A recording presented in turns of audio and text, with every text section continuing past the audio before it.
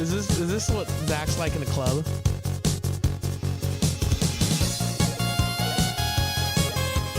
All right. It's like a silent disco. You guys ever do the silent discos? Let's act like we've been here before. Yeah, Zach? silent discos.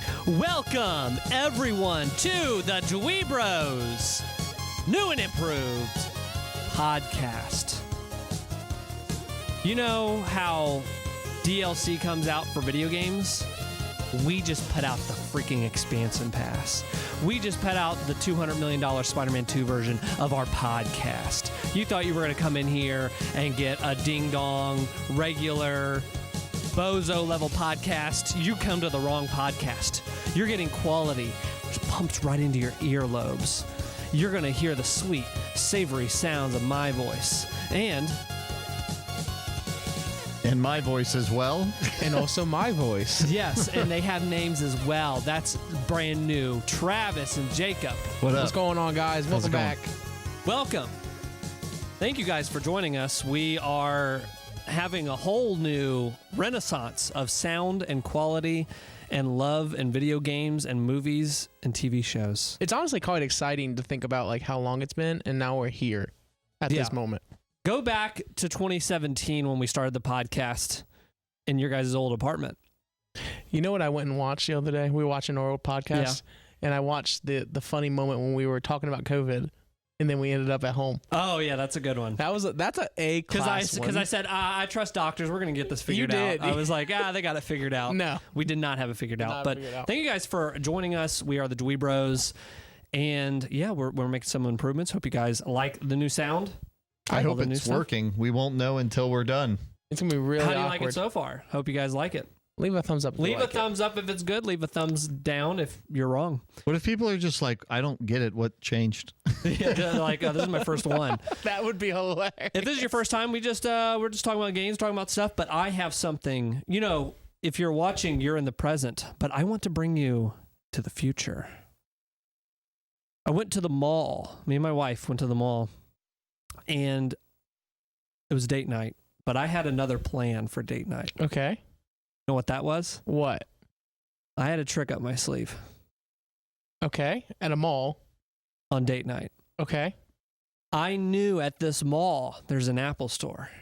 And I knew that recently Apple had blessed us with their new spatial computing device, Apple Vision Pro. Okay. I see. So did you go try it? We did go try it. We walked in and it's right up at the front and they have it on a stand. It looks like, like a PSVR stand or whatever, and they have it on there. And I was like, can I try it or what is that? Because I knew they were doing like tech demos or like it was just out, and they said, hey, yeah, you have to set an appointment. And I was like, and they were like, but it'll take like 20 minutes. Just come back in 20 minutes. Okay. So I did that and did a demo, and I got to use the Apple Vision Pro. So this is like the PSVR experience at Best Buy. I feel like this is what I would equate it to. I would say this was like Henry Ford creating the first car. No, I'm just kidding. No, it was very crazy. It was funny, the guy that brought it out, and like he had to bring it out. We were both sitting there, and he's like, cool. So have you ever used this? Have you read about it? And I was like, yeah. But he talked like an Apple, like the keynote speaker the entire time. Like, imagine if I spoke to you guys like this. Jacob, if you've come to the podcast, go try that now and see what it goes. Yeah, he was doing that he was on like keynote mode with a human being the whole time. Do you think they train them to do that? Oh, yeah. But I was smiling ear to ear because it was like getting my own Apple keynote. But he puts it on my head. It is heavy on the front. I'm going to get kind of the bad stuff out of the way. Because I'm used to, too, I'm spoiled by the PSVR 1 and 2. It goes over top the head, and the weight, I don't ever feel the weight on the front, really, at all. And this has one band that goes around the back. And then it has an optional band that you can it looks like you're about to go into surgery, like brain surgery, but it goes on the front. And I think that would help, but they didn't have that for this. So I just had the band, and then it's like on my front. I'm like, oh my gosh, it's like a lot of weight as time goes on. I did not know. I don't know if you guys know this. There's no headphones. It blasts sound directly into your ear canal. And I wasn't ready for that because it sounds like you have over-ear headphones with nothing on. It is the weirdest technology. I hadn't heard anybody talk about this. Did you ask what the speakers were? Did they like show you, or was it in the strap? I looked over at him because he played a movie clip, and it sounds like Dolby surround sound, and I'm like, oh, I never put headphones in, and I'm looking around like kind of freaked out. I'm like, is this blasting? What is this doing? And he's like, yeah, that it's blasting straight into your ears. It's he just gave a whole spiel like what the sound was doing, but that I have not heard enough people talk about that. That was pretty incredible that you didn't need headphones anymore, because I was like, it was perfect sound with just the strap on and whatever was shooting into my earlobes, like it's shooting right into it. So that was really cool. That was a good date night experience, I'm sure. Yeah. Oh yeah. Chelsea was it? just taking pictures, and she was like just laughing at how goofy I looked. But it's freaking. I think that is where the future is definitely headed, because every year that's going to get smaller and smaller and smaller on your head. Oh, they'll find a way. Yeah. Yeah. And once it gets to sunglass size, that's like perfect. I had like different tabs open. I had Safari. Like he was trying to explain, like he was like, oh yeah, you do this, but it was so intuitive, like using the iPhone or using the Mac. I kind of like knew what to do, and like placing windows and making windows smaller. It was cool because on the PSVR 2, like using all the tracking, the eye tracking, that's all how you use this device. So you can look in a corner of like your Safari window, like look at that, and like you pinch. And like it doesn't matter, like it has track like a billion cameras, and I'm just tracking it and just kind of pulling it, make it bigger, make it smaller. But I was really, really freaking impressed with just being a first like gen kind of product. There's a wheel thing that you can like turn, kind of like on the Apple Watch kind of wheel, but it's on crown. the top. Yeah, the crown's like on the top of this device. And as you turn that, you can disappear the world and turn into a virtual environment. So he's like, go ahead and turn that now, in that same voice. And I start turning it, and he goes away, and I'm like in the mountains, and the mountains are surrounded. Like I'm in the middle of like this big, so like it's a shift from AR to VR, basically. Yes, yeah, and it's seamless like that. So very cool. Not $3,800 probably after taxes and stuff. Cool. Heck no. But it's like you're paying for like getting to a step into the future. I kind of think about the first iPhone, like that was so ungodly expensive. See, it was in my funny. opinion, I think of the Quest, that I can do my dishes and do everything the Apple thing does, but for $400. See, I heard, now that was the back and forth online, but here's what I say. Yeah, if you just want to play around with this, get the Quest.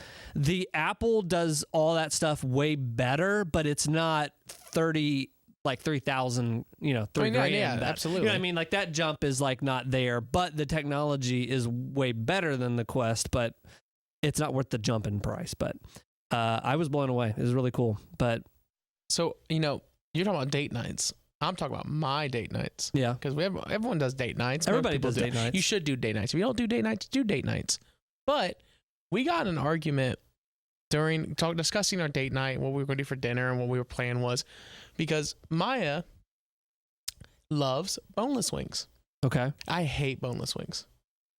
I don't know if you guys have an they're just opinion chicken on this. nuggies. That's all it is, right? Yeah. So are you a wing connoisseur? Do you like wings? Yeah, I like wings. Zach, where are you rate? You're pretty big on wings? Yeah. So are you a boneless guy or a bone-in guy? I'm a boning guy. Wait, you said I'm a boning guy? No, are you a bone-in guy? Oh, or bone-in. I'm a boning guy, and I'm a bone-in guy. Okay, I'm with you. What about you? But wait. I just got mixed up with boning. I'm a boning guy, but I can take either or. It just depends. See, no, you get more meat out of it when it's boneless. See, I have an adamant opinion. Wings have its own style because it has its own texture. And if I wanted fried kind of nuggets, I would go to Wendy's. I would go to McDonald's. Okay, I can see that. I'm not going to fight That's you on why I that. have a hard time with it. Just because they're coated in sauce does not mean that it should be named wing. So what I would say is I eat boneless and regular wings. To me, it depends on my mood. It's very simple. If I want to get my hands dirty, I'll have some regular wings. If I'm not trying to get my hands dirty, I'm doing boneless wings. That's a good point. That's it. That's the only calculation that goes into it. No, there's Also, a taste to it. buffalo, the actual wing itself, is it's different than an actual chicken nugget. Those are two different things. See, I disagree. A chicken nugget is shaped differently. It's kind of breaded differently. It's a hobgob of meat. Yeah, no, I don't. People that stake their personality on one or the other, I think that they don't have enough problems in life. You're don't. You're bone fluid because you can go either way. Yeah, I'm. It's a spectrum, and I kind of float either way. Yeah. 90% of the time, I want a bone-in wing. Because you're a boning guy. I'm a boning guy. It's Yeah. also the flavor of it. The flavor is completely different compared to anywhere else. Like, it's just a completely different texture, different type of style of meat. It's a more moist meat. It's not, I use the word moist for a reason. Moist and boning in the first freaking 3 minutes. We're going to get demonetized. We're getting somewhere in this. So, yeah, I mean, I just wanted to know because, like, we're discussing what we're doing. We're actually talking about doing, like, this cooking class. Like, we're going to go doing, like, that. I have done one before. It was like a gift. I think you guys got it for me and Chelsea for, like, maybe when we got married or something. I don't know what it was. And we learned how to like make some steak meal. Ooh. But we were laughing about this the other day. We did it was awesome. Got to make all this, and we had these like chopped like onion. I think it was onion. And we had to like chop it up and like sprinkle or do something with it. That onion was on my fingertips for 3 weeks. I scrubbed them with Dawn, and I even told Chelsea, I was like, every time I bring this up to my face, it smells like onion. I couldn't get it off. This dude has never cooked a day in his life. No, he hasn't. But does that happen to you? You get stuff for there 3 is. weeks? It happens. There's like a residue to Well, it. I mean, that just happens. But 3 that's too weeks is long. wild to me. I would I say couldn't get it off. that part I don't buy no. that. You don't buy it, but Chelsea was laughing because I would like smell my fingers 3 weeks later. I was like, I'm Do rubbing you it want with to know Dawn. why I don't buy that? I had a disgusting pie full of mustard shoved in my face once. Yeah. And I smelled mustard for 2 days after that, and that was it. And that's way worse than cutting an onion. I've cut plenty of onions in I my didn't life. say it was like terrible, but it was stuck to my fingertips. Was Why? it like mush? It was just onions, and I sprinkled up on the thing, Was and your now I'm scared of onions for the rest of my fingernails? life. I don't want to touch them ever again. Those were some weird onions. Yeah, you should like go to the doctor or something. Yeah. Because you probably had fungus growing. You probably Oh my almost became a God. Last of Us creature, I, clicking and whatnot, which would have been hilarious, but not really, kind of. Anyways, so I just wanted your opinion on the whole date night thing because I was like, we were talking about it, and I just got really offended because I just really am. I'm just a boning guy. you're a boning guy. You heard it here first. Are Just you one- guys boning guys and girls? Put it in the comments. Yeah. Let us know. Tell us what you're boning. Speaking of boning, plumbers don't wear ties. Yeah, that's a game all about boning. Me, Travis, and Alex, he hasn't been on the channel for a while, but came over and hung out, and we played the new Plumbers Don't Wear Ties remaster from This is Limited. for on PlayStation, right? I think it's come to everything. It's on Okay. Switch, PlayStation, Xbox, whatever. But You know, if there was ever a game that didn't need to come to everything, this might be it. I think this is but these are my favorite types of things that shouldn't exist, and this should not have been done. It's a game called Plumbers Don't Wear Ties. It originally came out in '93 on the 3DO.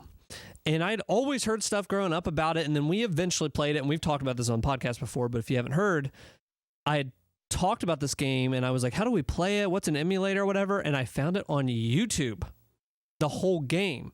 Because this game is a choose-your-own-adventure game, and what they did on YouTube is they took all the like little clips into these slideshow of pictures, and you clicked, and then it took you from the annotations on YouTube. Do they even do annotations? I don't even think you No, can I don't click. think they do them You anymore. can't even click them anymore.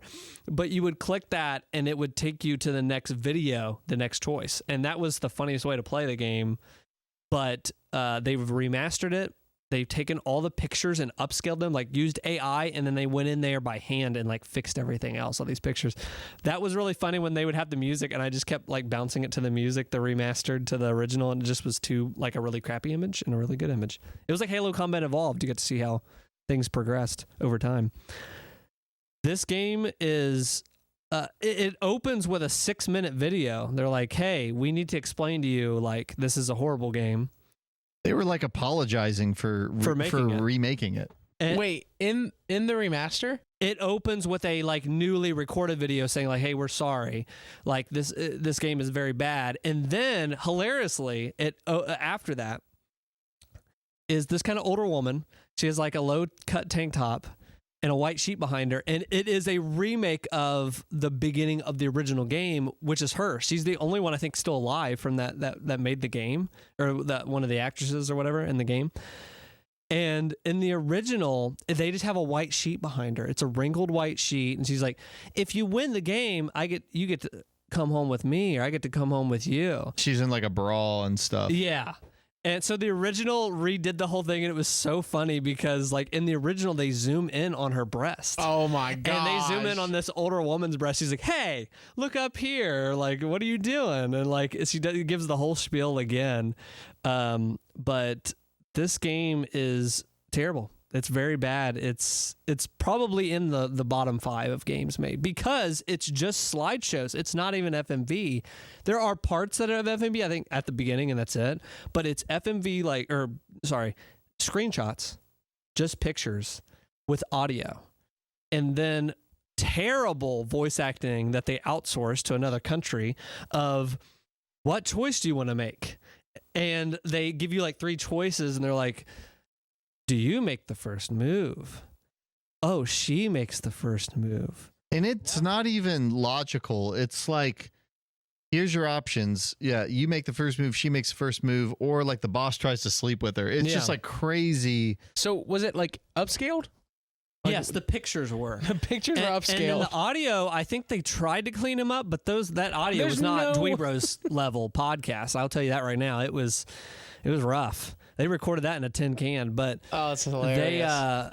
It's still very funny where it is hilarious when like you'll make a choice and it cuts to the first picture, or like they would cut to a picture. It's like you get to choose like she sleeps with the boss to get this job or whatever, and it just cuts to the most sleazy looking picture of this oily guy is the next shot, and it is so freaking funny. Like you'll make a choice and just look at this face like the next thing. So this is like bad movie funny. Oh good. yeah, and it's pretty agonizing. And how much was this? It was $20. Was it worth the $20? Oh yeah, for the times that how funny this game is, and then you also get like there is classic moments of, I think some of the funniest. In a choose your own game thing, it is fun to like see a choice like Super Seducer, which I've played on the channel. You can check that on Hangouts we've done. Those were fun because they would give you these asinine, like, oh my gosh, what is that going to look like? You know what I mean? That's the fun, like the most fun. This game does that too. I think one of the funnier degrees, along with Super Seducer, of just like, you just go down a rabbit hole. They let you just do the craziest things with this boss and both these actors and stuff. So playing this the other night with you and Alex made me realize that we probably played this when I was like 25. Yeah. Last time, maybe 24 years old. And now I'm 30. Yeah. And I'm just like, I don't know that my patience for bad games is where it was. And I guess I've experienced it before, but like, I was just like, oh my God, like this. I'm glad for preservation purposes that it exists, but I feel the same way though. I have a hard time sitting through those type of like medias, because I know they took that game seriously when they made it. They did. They made. I don't think they did. I don't know. No. I actually don't think they did. This has college joke written all over it. Yeah. Like the guy comes out. They have a host. Right? When did they come out? 93. 93. But they have a guy. He's kind of the host that says, like a sound will come if you make the bad choice. He's like, you didn't make that one, Scout, or something like, come on, Buster. But sometimes they'll come out with like a chicken head. Like they knew this was kind of played up for laughs. But do some of those laughs land in? I think you're laughing more at it than with it. If this nowadays. remaster sells well, are we getting a Plumbers Don't Wear Ties? Oh, I didn't think about that. If it does well, I think not, because of everything that this was built on and it being.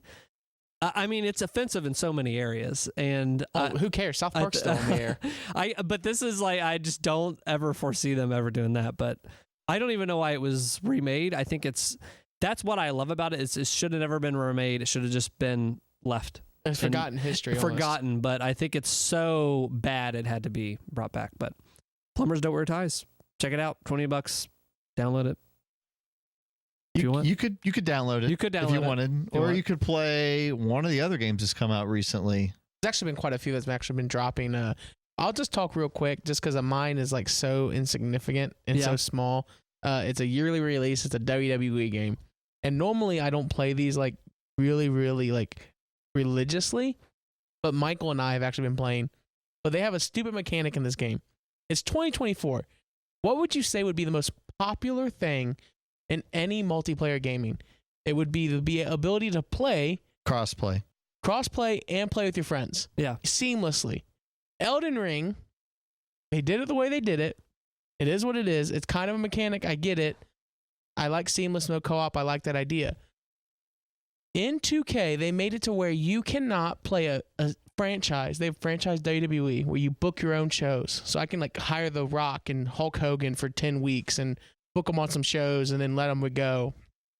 The only way you can play this game with your friends is if you share your screen with your friend and let them control your controller. Have you ever done that on PlayStation? Yeah, I've done that actually on PC, but it's probably a similar process. It's a similar process, but they have no online matchmaking. Oh, they just don't have online matchmaking at all. At all. Oh, that's wild. It's wild, and it's a 2K game. That's crazy. And so instead, they did it to where they just have to control like your controller or like your controller port or something. You have to do play as visitor. They did Steam Remote Play? Yeah, pretty much. Oh my gosh, that's bad. Like what? Like so I'm just sitting here like. And it's fun. I will say, me and Michael stayed up late doing this, hanging out, playing this. This was actually fun. But I was like, it's 2024. Yeah. Did it work? Did it work good enough? It was okay. There was moments when he's like, it's like I'm watching a 240p YouTube video. Can I jump on that? Because shock alert, I'm about to have a baby. So I am trying to figure out how to get, you looked at me like this is the first year. Wait, you have a baby? What's going to happen to the podcast? Yeah, what happens? It's going to enter the Rugrats era. But I wanted, I'm putting, I'm trying to get my, priorities straight. So I'm trying to figure out cloud streaming upstairs. Because I don't know how much I'm going to be in the basement. You said I'm having a baby. I'm trying to get my priorities straight. So I'm trying to figure out how to do cloud streaming. So that was my first thing. I was like, I got to get cloud streaming. That's the most important thing for this child. So I started figuring that out, but we've talked about cloud streaming and how everything's going to the cloud digital. And I was like, and I've touched that here and there, but I've never like delved into it. So I got the there's a remote play app on my iPad, and I was sitting back and had my controller and hooked to that, and it worked awesome playing Final Fantasy VII Rebirth, which I'll talk about soon.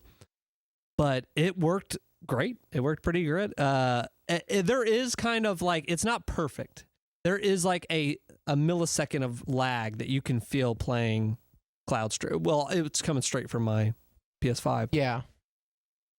Wireless, but I also got it working upstairs, like on the TV through Apple TV, and got that hooked to like everything seamless, and it just plugged, I just plugged in some numbers and got everything going, and now I got my DualShock controller. I'm using a PS4 controller to play my PS5. Yep. So I'm having a good time. Yeah, you can do it on your phone. You can do it on an iPad. Yeah.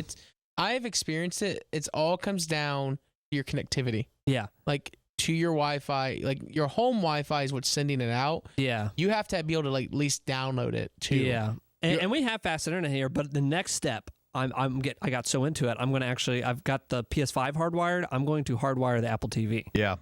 Yeah. So then it's like, that's going to be super fast. Then there's no excuses. One end has to be hardwired in my experience. Yeah. If one of them isn't hardwired, the only thing that's not hardwired that's worked well for me is my TV.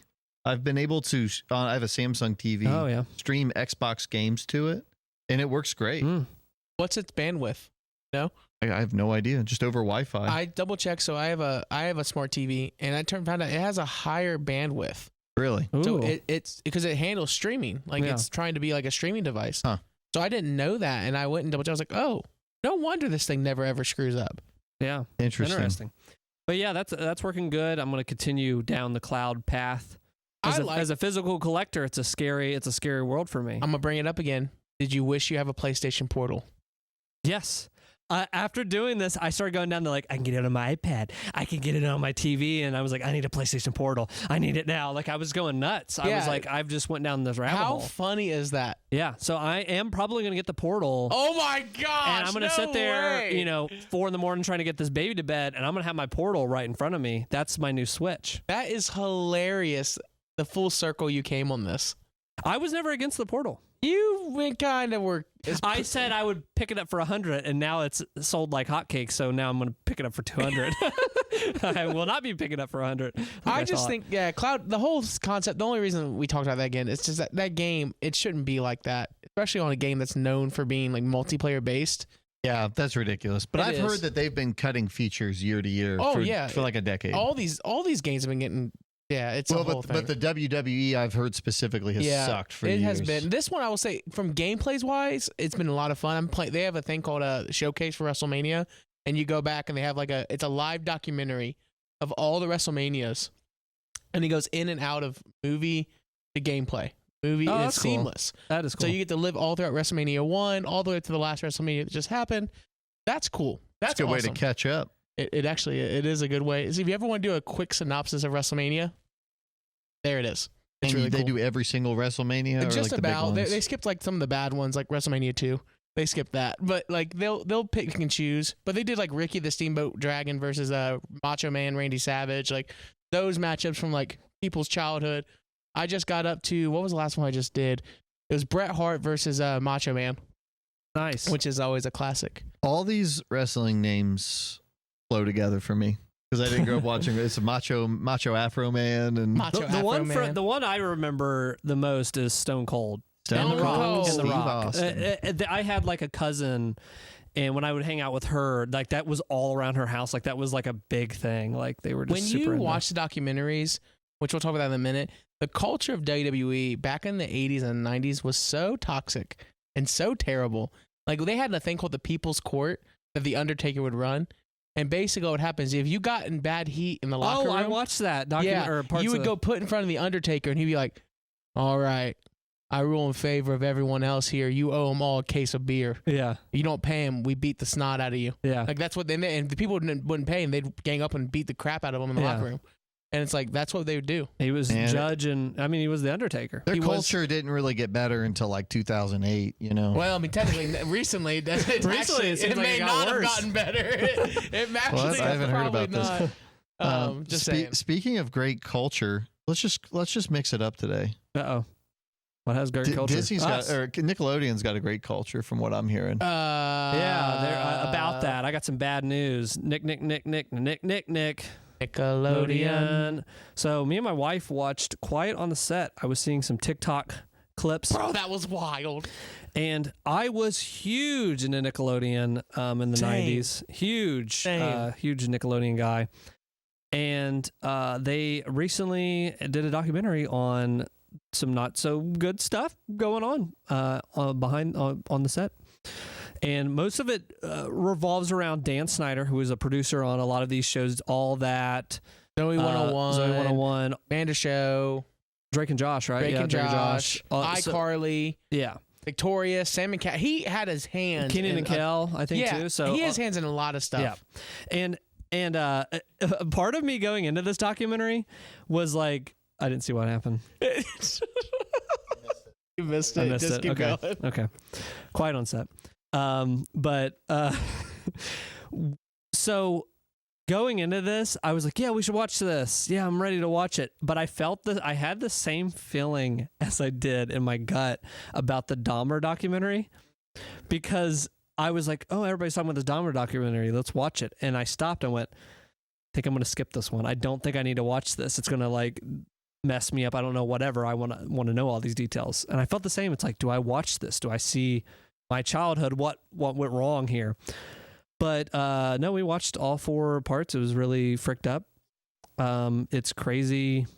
Did you guys both watch it? Or did you just watch it? I did.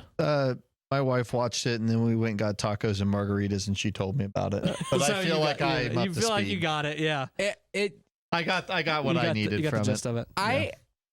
I can't believe he got away with what he did.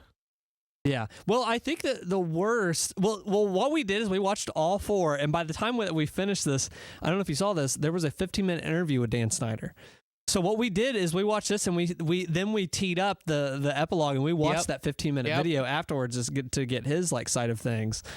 But as fricked up as he was, and whatever, that Brian Peck, and then there was that other guy, actually got freaking the actual like criminal offense. The criminal offenses. Whereas Dan Snyder definitely did some terrible things, but like he was like, these people were a tier above where they were like hurting children and stuff, like hurting children. But it was pretty bad. There was a Nickelodeon like thing at the end of it. Like Nickelodeon has responded and said we have over the years changed our qualifications and background. You know what I mean? It's like we've learned from our lessons. Yeah, we learned from our lessons. But check that write out us if you want to get sad about stuff you watched but here I'm going to throw a devil's advocate. Oh God. What? Travis is going to be the same with Jacob's story last week. No. That's why we have mute buttons now. After Jacob's story about counting day. Beep, beep, beep. I think, now stick with me here. Everyone's nervous right now. There are so many fricked up stuff, but I'm talking more about the response to this and like seeing people's like, oh, now check out this episode. What happened here? More about this. Okay, I know what you're saying. There is a level of like internet Reading sleuths or into it. all this stuff that like, you know what? The one that stood out to me today, I saw. I never felt good about the sliming. When they would slime people, that's kind of like sexual. There was always a sexual undertone to that. And I go, take a step back to reality. You know what I mean? Like there was some fricked up stuff happening, and you can like find the stuff that was like bad in there. Like there was a shot of like Ariana Grande and pouring water. That was wild. And it's like, and even the adults on the show or the other or people that was talking about that worked on these shows was like, yeah, there was some stuff that was like borderline, like what you're doing. You know what I mean? But then there was some stuff like the sliming stuff was like, as a kid, I never thought of it, and then as an adult, I look back and go, you don't have to like.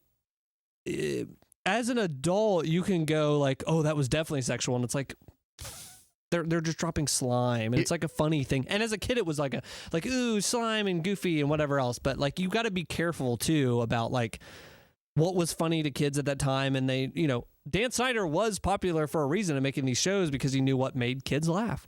So it was like the funny, awkward kind of humor. Yeah. Or like, oh, someone's feet just fell into mashed potatoes. That's goofy. That's stupid. Yeah. Kind of weird. Yes. Honestly, a little weird. Yeah. But it made kids laugh. Yes, there was borderline stuff, but there was also like the humor then and the stuff going on. I was like, that was just a time of like, you got to think about the 90s and all that to begin with. It was like, if you think back at advertisements and stuff in your face and blah and gross and we're going to do this. And that was an element there too. So enough bad things happened that like reinterpreting the slime thing that they did every day on Nickelodeon is weird. Like it's weird. That's just funny, goofy stuff kids like. And the reason I really thought of that too, along with that, was when we were watching that 15-minute documentary or like his response. You know how it auto plays in the next video on YouTube? It was somebody watching that and their like reaction in the corner, and their set like had pictures that had all this stuff like Nickelodeon stuff, but then had the big orange blimp and it said Sickelodeon. And I was like, I don't think you're going to get a balanced view from whatever Dan Snyder's going to say here. You know what I mean? Like, so it's just, I think that's just internet culture in general. I'm not going to like go down the rabbit hole of just Nickelodeon. I think everything does that. It's like when the princess is, nobody can find her. It's like, what's going on? What's going on? She has cancer. Yeah. It's like, could we like lay off for a second on some of this stuff? So people did freak out over you that. can go down rabbit holes of like, it all has to be weird. Oh my gosh, every episode was backed up from, you know what I mean? So it's like, weird stuff, but if we're going to talk about... Go outside and touch grass after you watch this documentary and know that fricked up stuff happened. I felt really freaking bad for freaking Drake. Or whatever. That was past my time. I was going to mention that. So Drake was someone Drake and Josh was my stuff. That was past my time, so I didn't really watch that, but I know of him. It just sucks more or less because you look at Drake and he had situations happen to him that got him some jail time because he was talking to an underage minor and other things like that. So I understand Drake at the same time. It's like, oh, he comes out and he talks about his unfortunate assault history, and you don't want that. And at the same time, you're like, man, he's a byproduct of what he grew up in, and he made a poor decision, and hopefully he's getting the help, and he seems to be doing a lot better nowadays, which is awesome. And there's a lot of other people. Amanda Bynes, I mean, that person is in oh my gosh, if you see her on TikTok, I feel the worst for her. Yeah, she got the worst. She just... she was one of the richest child stars on Nickelodeon. And she was talented. When I was watching this, I forgot how funny she was. Hilarious. Like, watching the Amanda show, I loved the Amanda show. The lobster parties, all that stuff. Bring out the dancing lobsters. Yeah. Like, that has been stuck in my head for like ever since I saw it. And she completely... Her parents fricked her up. Nickelodeon screwed her over. A lot of stuff happened to her that she didn't get the stuff that she deserved. They've been interviewing some of these other child stars, and like 10 out of 10 of they've asked have been like, hey, would you let your kid go into show business? And they asked Frankie Muniz this. I thought this was interesting. He was like, hey, I had an amazing experience as a child actor. Amazing time on set, all that stuff. Will never let my kid do it, because he was like, I found out there was more of a majority that went through hell. So like I was one of the very like minuscule lucky ones. So it's like I can't like chance that. That's too much of a dice roll. It's like talking to somebody that like beat a roguelike on their first try, and you're like, wait, you didn't fall in the pit of lava, and you didn't like. Happen. He just lucked out, so it just sucks. Yeah. Talking about our past, I actually picked something up on PlayStation. It was the Star Wars That might be the collection. You know what didn't like mess you with your brain for the rest of your life? I want to talk about this game came out on You know what PlayStation was actually fun? 2. This game actually came out on PlayStation 2. great segue, Jacob. I had to move on. I got mad talking about it even more. But I bought this game because I loved Battlefront 2 growing up. If there was a way to count hours on a PlayStation 2 game, that game might have been my most played game of all time. It was my favorite. Heroes versus Villains on Mos Eisley, all that stuff. It was just chef's kiss.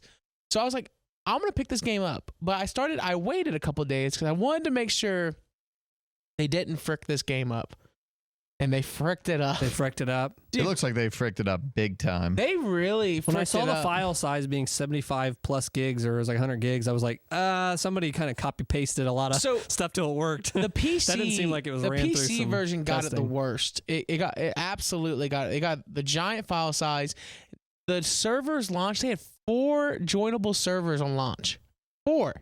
Wow. That's it. And they weren't even working properly. They were not ready for this at all. Shouldn't even happen on PC, which is mind blowing. And then on top of that, you get into the nut and bolts of the gameplay.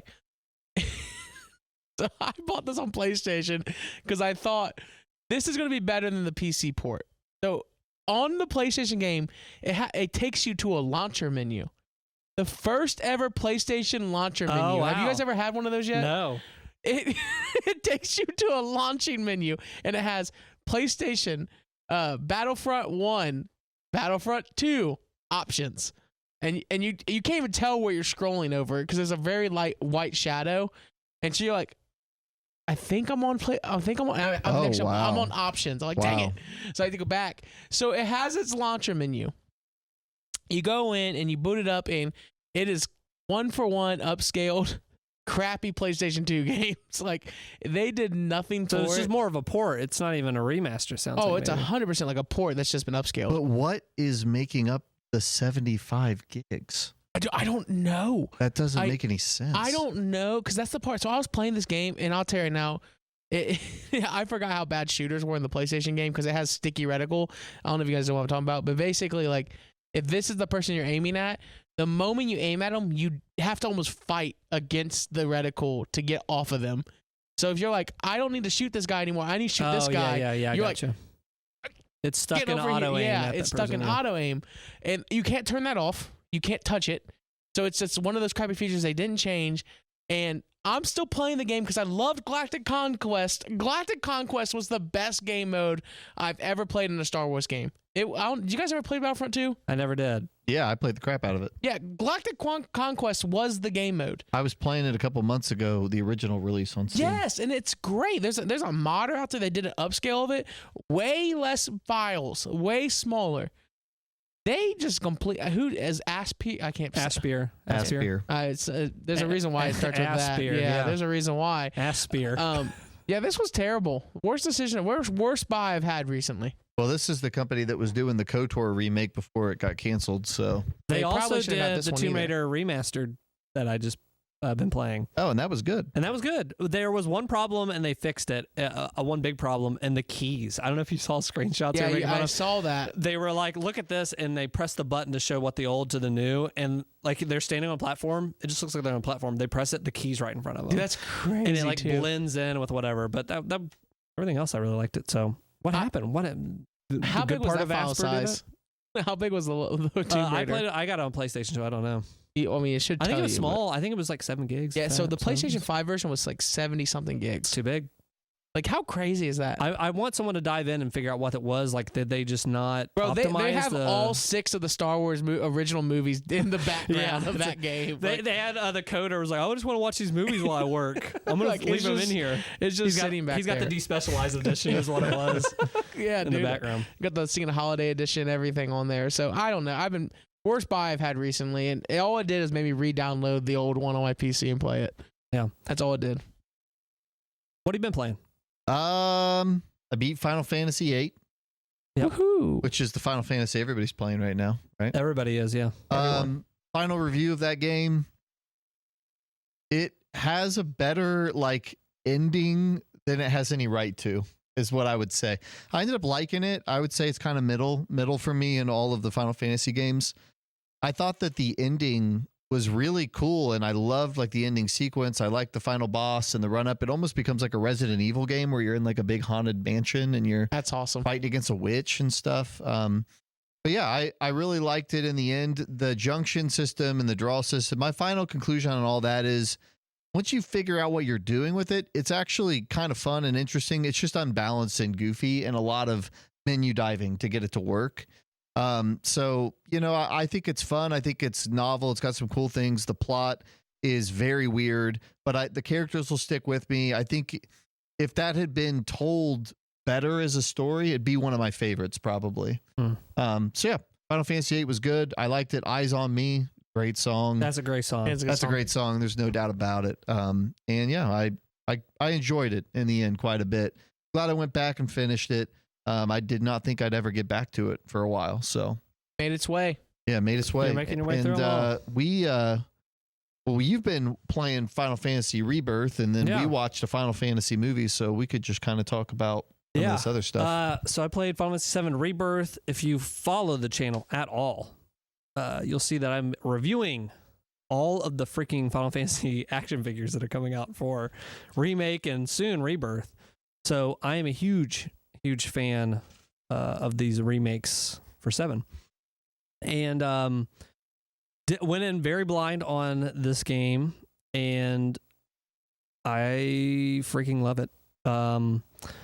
Much bigger than the remake was. A lot bigger. This is it makes Remake feel like a tech demo now.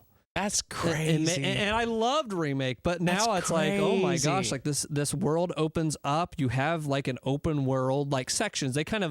They split an open world in sections. I would compare it to Witcher 2. That's the only other game I can kind of think of where they open up the game. You have all these little side quest stuff you can go in the world. Wow. And then there's different sections you have to kind of transport to. But very cool. This game also, right out the jump, and me and Travis were talking about this.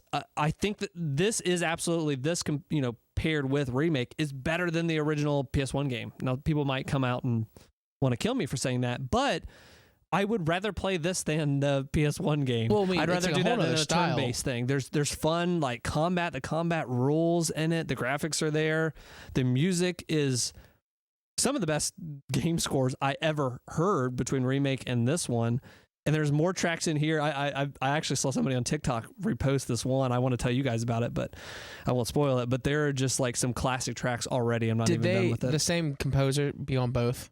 I believe so, yeah. Okay. The combat is the same. They've added some synergy attacks, and what that is they give you a little skill tree, and you get the skill points, kind of like you did in the first one. That was similar.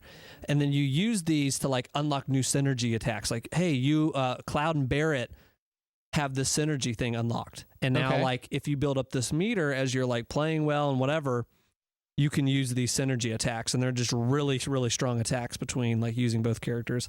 Other than that, it's pretty much the same combat, which is what I hoped for. Which is great. Do not touch this perfect, it's the best combat in any of the Final Fantasy games, bar none. To me personally, because you get the turn-based, you get to choose okay, I'm going to come over here. This person gets ice. They're going to do an ice attack. I need to heal, so let me switch over here, and it just slows down time. Everything's moving still. Yep. But you get to choose your attack. So that is just, it's so satisfying to all right, he's almost pressured, he's almost staggered. This enemy right here, I just need to get ready. now, and like you can just like launch your attacks, and it just feels so fluid and so good. So really love that.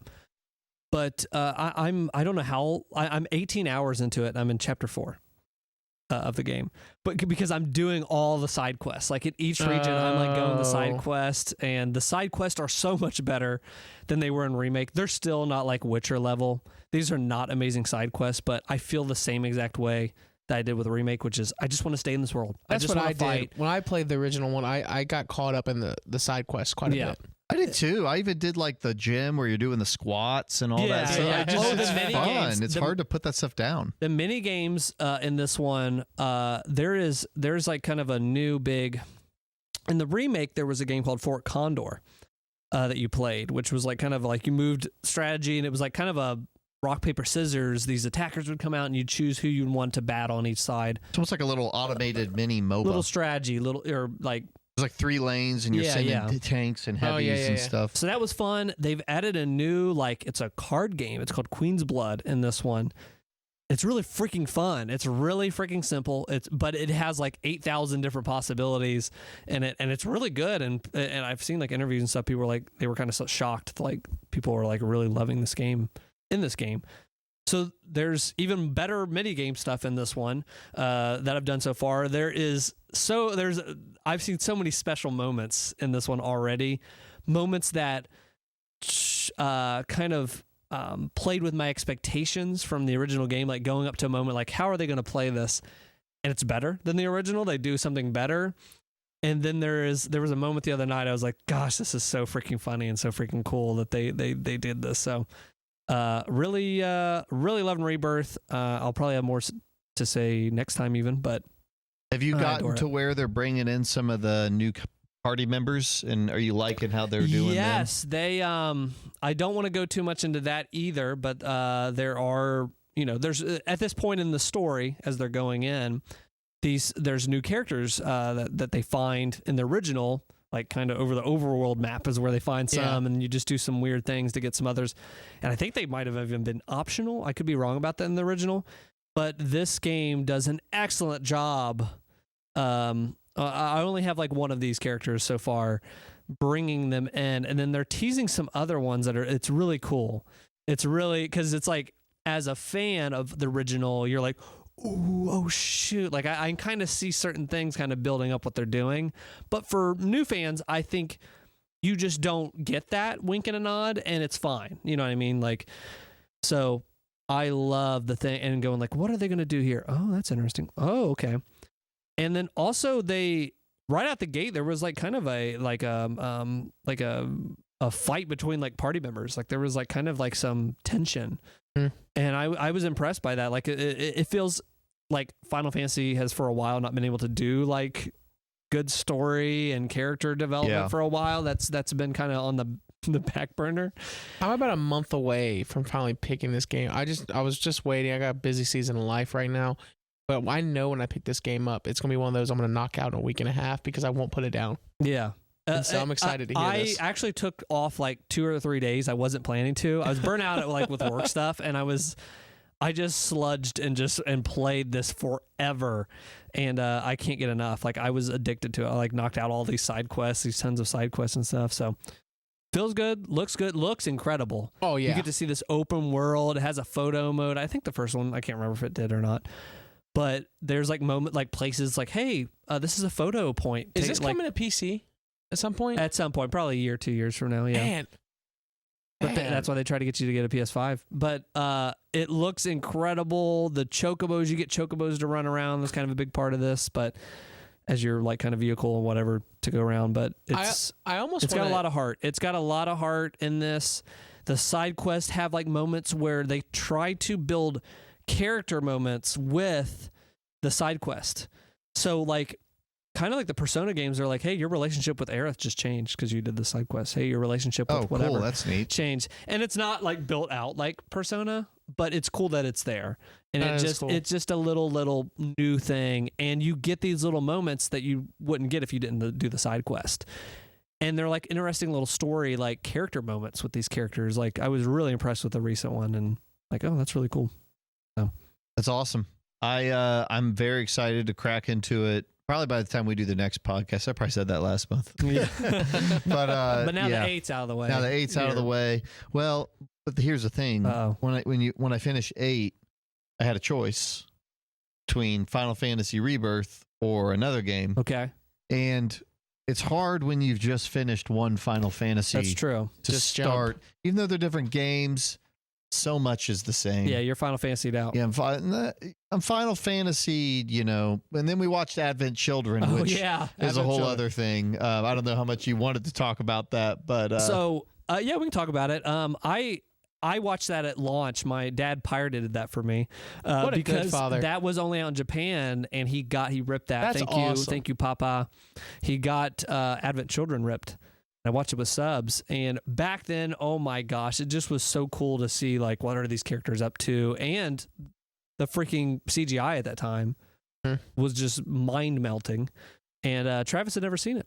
So yeah, that was my first time. We were hanging out, and I was like, "Do you want to watch that?" Because I'm already in 7. Like I'm deep into 7's world right now, and I don't know. Maybe you have more to say to it, but at the time, just coming from my perspective, in the 2000s, that was the most badass, cool thing you could ever do. Is what Advent Children was so just that action and fighting, and oh my gosh, it was so unbelievably cool at that time.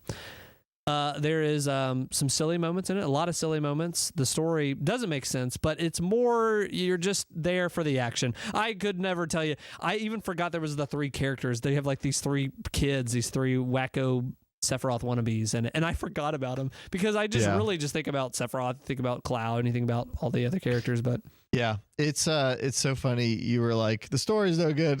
Have you seen this before? No, I haven't actually. I've been trying to remember what 7's about because I haven't played it in a while. Yeah. So part of me watching this movie was like, this will be good. I'll get reacquainted with all the characters. It wasn't really that. Didn't help you out. You're in that world, and it is very much so a continuation. And kind of like you said, it is very clear it's about action.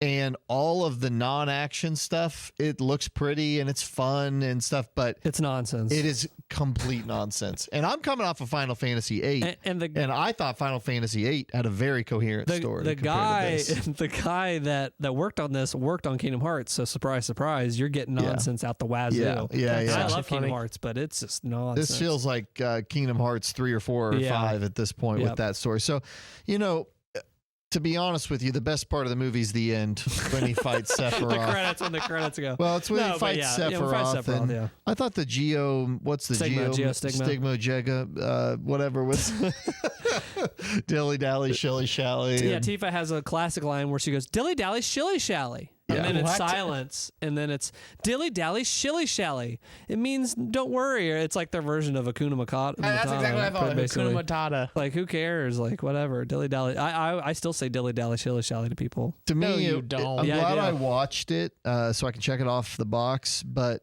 I'll say maybe controversial. My 3rd favorite Final Fantasy movie. Oh wow! I like Spirits Within better than that, and I like Kingsglaive better. Kingsglaive was pretty cool. Yeah, I thought Kingsglaive was the best one of all of them. Had a coherent story. Yeah. And I would say Spirits Within had a more coherent story than Advent Children. But Advent Children looks cool, and it was fun to watch it. Yeah. But like I said, after that whole experience and playing Final Fantasy VIII, I just kind of wasn't like looking to play any more Final Fantasy, so I bought Dragon's Dogma 2. Dragon's Dogma, and there's been some controversy. Yeah, they say this one's been getting Dogma a lot. Been dogged out. Well, I mean, it reviewed excellent. Yes. Excellent. Like 10 on 10, 10s out of 10s out of 10s, and it was an 89 on Metacritic. And I got a couple of people I follow, and even some of the Mega 64 people I follow were like, this game is awesome. Like, this is a bunch of noise. And then I kind of looked into it. So the controversy centers on a lot of different things, but there's 2 main things. One, the performance, especially on PC, is rough. But a lot of games, time we'd ever heard uncapped at 30. Yeah. Stupid. Well, never heard that before. I mean, I'm playing on PlayStation, so it runs like 30-ish frames a second. It's fine. Okay. I mean, it's not perfect, but it's fine. The second thing is that it is laden with microtransactions. If you go to the store on Steam or on PlayStation, they have bundles of 80 different sizes for these things called rift crystals. When you play the game, I have to stress this. You basically, the core mechanic of the game is you're the Arisen, and these people are called pawns, and they basically come out of these portals and they help you, and they follow any command you give. They're kind of like spiritual, from another realm, followers. But they love you, and they say really fun stuff, and you can train them and get them to do things the way you want. You make one also yourself, and you can loan yours out to other people. It's like a phantom, like in Dark Souls, but you send it to other people's worlds and on quests. And it's so cool because you'll have your pawn and you'll send it on a quest, and then you'll be out in the world and you'll get to a partner quest where it's like, you need to find this thing. You don't know where it is. And your pawn's like, when I was in this other person's world, I found it. Here, I'll show you. And they show you like where to go in the world to find stuff. So it's awesome. It's an awesome mechanic. You can hire other people's pawns. Costs like 50 rift crystals, 100 rift crystals, whatever. I've been playing for 5 hours. I have like 2,000 rift crystals. I have no need for more. They sell bundles that are like 100,000 rift crystals. You can't even use that for anything meaningful.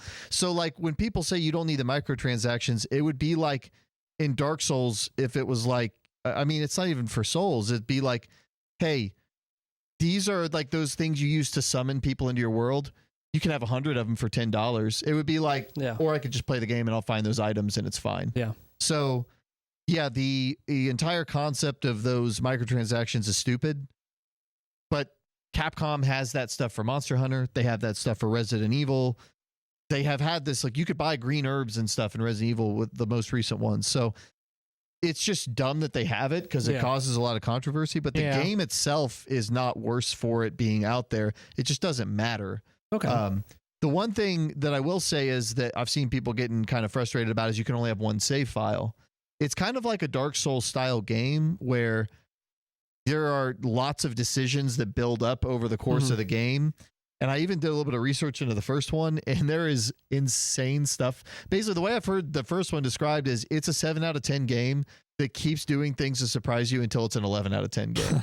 And that, because I tried to play it and man, it sucked. Like it was very average. Just wasn't a lot. Yeah. And I will say my early impression so far, 5-6 hours, is similar to that. 7.5, 8 kind of out of a 10 game. It's fun, but it's doing things I'm like, oh, that's really weird. Oh, that's really cool. Oh, that's fun. And it's kind of like it has Elden Ring type feels to it, where you're running around the world with your pawns and like a griffin will just sweep down out of the sky like Elden Ring, but like it'll pick you up and drag you across the map. Like imagine if like the ruins or the sentinel, the tree sentinel in Elden Ring, like stabbed you and ran off and took you to Caelid. Yeah. You'd be like, what the heck just happened? So it's a cool game. I'm liking it. It's interesting. I'm having fun. I don't know that you would necessarily like it. I don't think it's necessarily your kind of game. Yeah. It's not like story heavy. Yeah. And but I it's need fun. some story, but it does look cool. I've seen like people, the troll fell over and it creates a bridge or whatever. Yeah. And then they hit the troll. So I've seen all that. My thing with it, I was getting mixed signals. So that's good that you've played it and seen like usually it's like one or the other, but I was seeing people are like, hey, you can get these travel runes easy. Yeah. But then there was another half that were saying it's hard. And I was like, I really just don't know. And that's why it bothered me. And it still does kind of bother me that a game is $70 and they're packing it full of microtransactions. You don't have to get them. I'm fine with that. I get all that. But like, it like a light switch went in me and I was like, I am sick of this. Like I'm sick of hearing $70 games with this, because Helldivers is $40.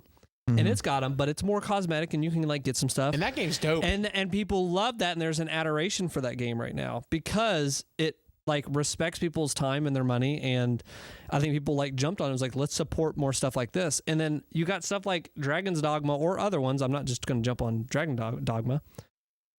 But when you're $70, like all these little weird things they're doing to like penny pinch, that pisses me off. And again, like I know it sounds like those are pretty, you get a lucrative amount of those travel things. But I just don't like the sentiment to it. And it's like if we're dropping $70 effing dollars, like why do I have to? Why am I getting this other stuff? And why can't you just unlock this? Or why do I have to pay to create my character? But you don't have to pay. That's what I'm not understanding. You don't have to pay it. The game. I think it's the fact that it's in there. People are mad about it. Well, I understand, but it's in like any freaking game you go fire up. That's the problem is I think people are just getting sick of it. At $70, just give me the full thing. And at $40, Helldivers gives you, it seems like more. And then, but even then, the average amount of person I feel like who plays a game that has those kind of microtransactions, I would love to know the statistic of how much money gets spent on top of the base game. Because I guarantee you people buy games for $70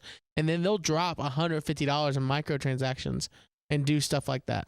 Yeah, there are people that do that. So then their entire spend on the game becomes $230 something, and you're like, that's crazy, $220 something.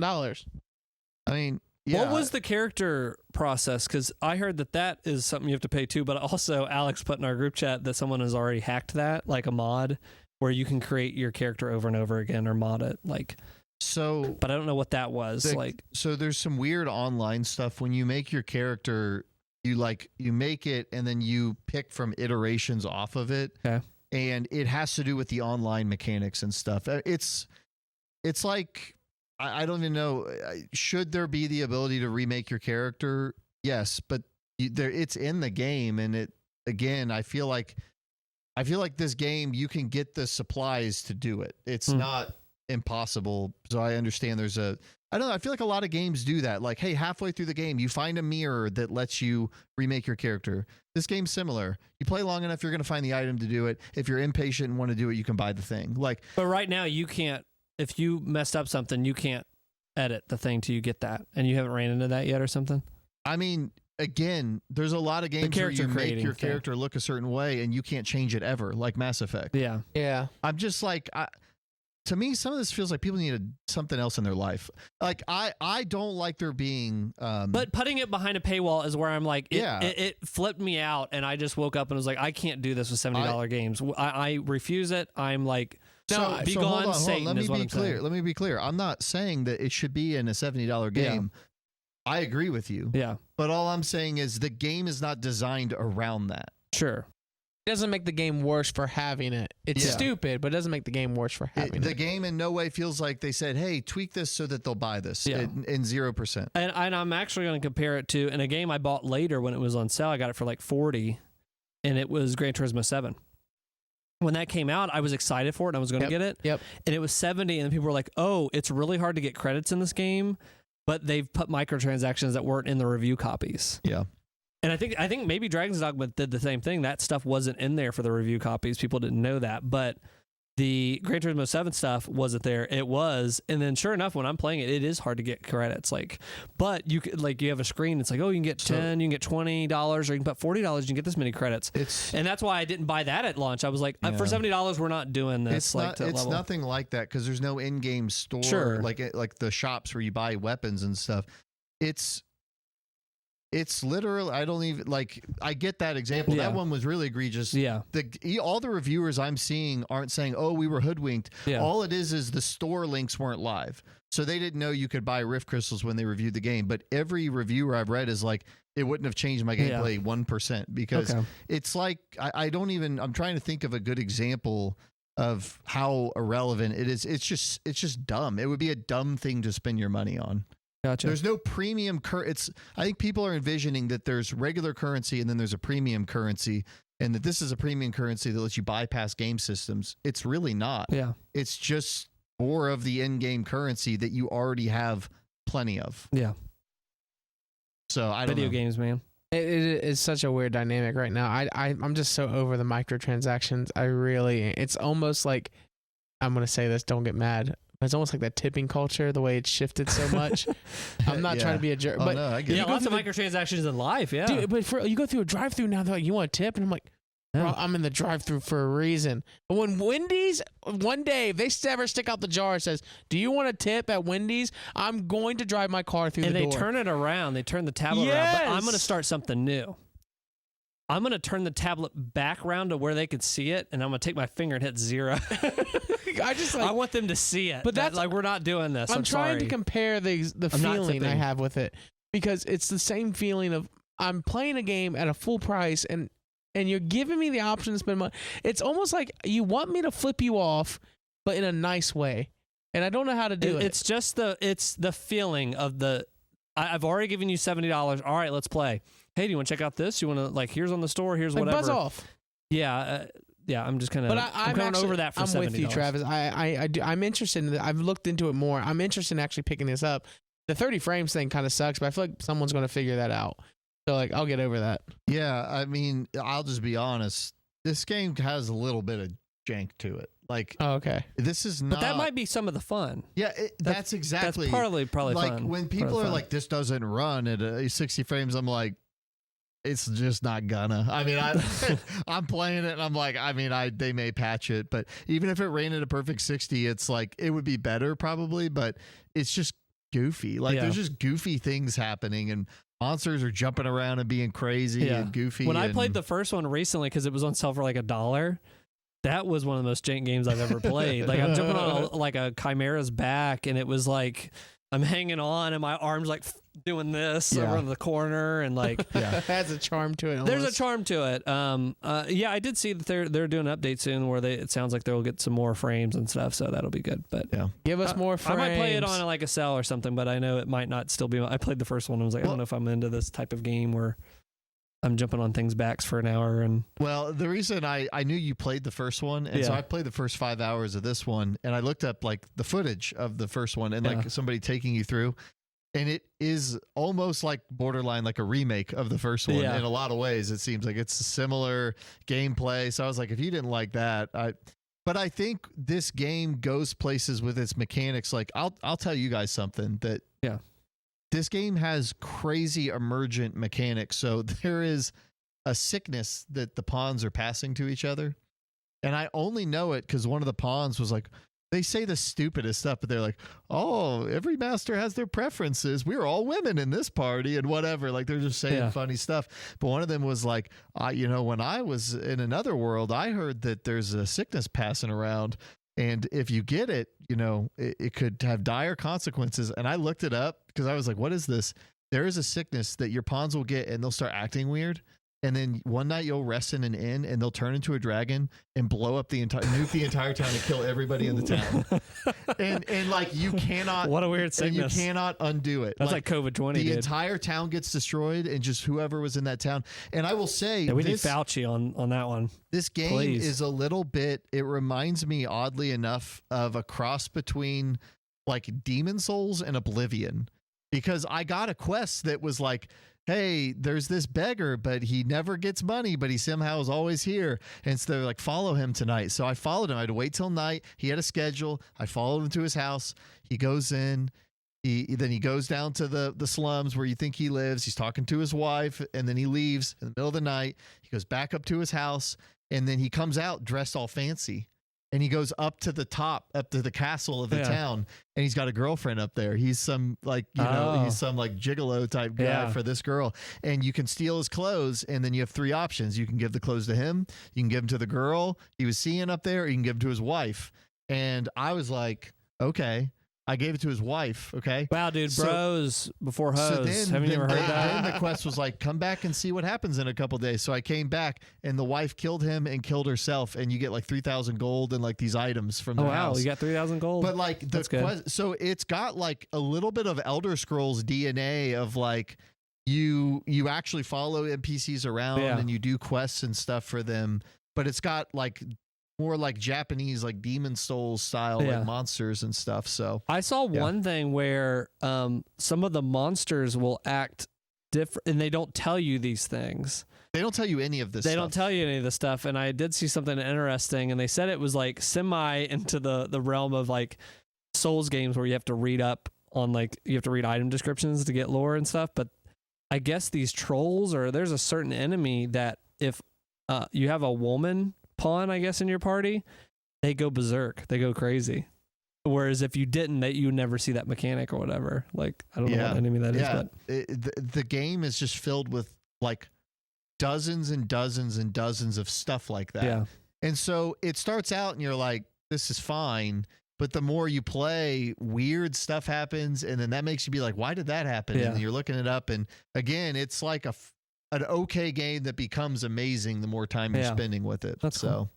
Dragon's Dogma. I want to talk through. We have time. TV show I've been watching, something I've been kind of hanging out with. It's our casual show right now. Travis, by the way, did meet up with us and Maya, and he tried to get Maya to get on board with Friday Night Lights. I want you to know, she had your back on Sunday night. She was like, "Are we going to watch this?" Oh, that's good. And I looked at her, I was you like, did a good "Are we really pitch. doing this?" She's like, "Well, maybe not tonight, but like, are we going to watch this?" Because he asked you to, and I'm like, "Oh my gosh, man!" So now I'm going to have to watch it probably this month. So way to go! You went ahead and started. So that that is snowball. I did you a favor. I know you're gonna love it. So I mean, I probably will, but you went ahead and started that snowball effect. But nonetheless, we've been watching Grey's Anatomy, and I just want to. Have you seen this? No. Have you? not specifically. Okay. Has your wives watched this? Like my mom would watch it. Probably. Frick. Okay. Well, I'm watching Grey's Anatomy. The doctor. It's a doctor. I'm a sucker for a doctor show. I am. Yeah. I've just accepted that in my life. And Maybe I'm that's okay your with next it. job you just slip into and you don't have a That degree would be for it. impressive. That would be an impressive job to slip into. But we're watching Grey's Anatomy. We're in season 6 of Grey's. And season 6 is getting wild because you want to know why? We officially hit the season where they're killing off main characters. Wow. People get killed in this doctor show? In season 2, they had the whole bomb episode where like the doctor was in her chest holding a bomb, and if she moved, the bomb would explode. Oh, okay. I know that episode. Dude, I'm in like season 2 of Lost, and I swear more people die in Grey's Anatomy than in the first 2 there seasons might of be Lost like combined. it's kind of wild, but dangerous job. we're in it and we're in the thick of it, and what's basically happening is they killed off my favorite character, which I'm mad about. Everyone says he sucks, but I was like, this dude rocks. He's actually like, he actually cares about people.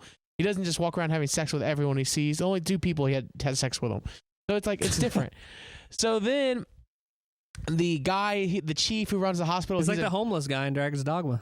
kind of, yeah. But the chief's drunk, and he just got his job taken from his best friend, and now he's mad at his best friend because he got called out being a drunk, and so now he's got to go to rehab.